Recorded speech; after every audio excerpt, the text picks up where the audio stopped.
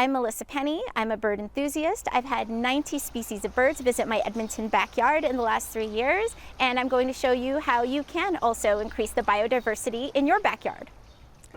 Planting native plants is the best way to bring biodiversity to your yard. They attract beneficial insects, they're inexpensive to buy. You also won't be babysitting native plants all summer through a drought because they're meant to be here and that they're used to that.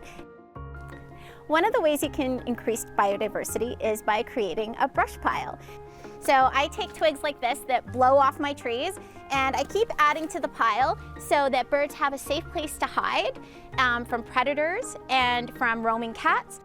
When you're planting, you want to make sure you're keeping density in mind. The birds don't want to travel long distances between plants or trees to reach their destination, in which this case is the bird bath. So what I've done is I've planted along the fence line at varying heights and close together.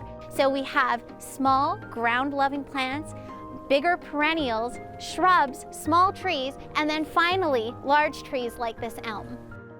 Another way you can increase biodiversity is by having fresh water for birds in your backyard. So what you can see in these bird baths is they have natural things like twigs and rocks, and they're very shallow. So you need to make sure that you're keeping this really fresh. So you only want to put out as much water as you can maintain, and then you'll have some happy bathing birds to enjoy in your yard. Feeding birds in your yard is a very enjoyable pastime. It can also be tricky business.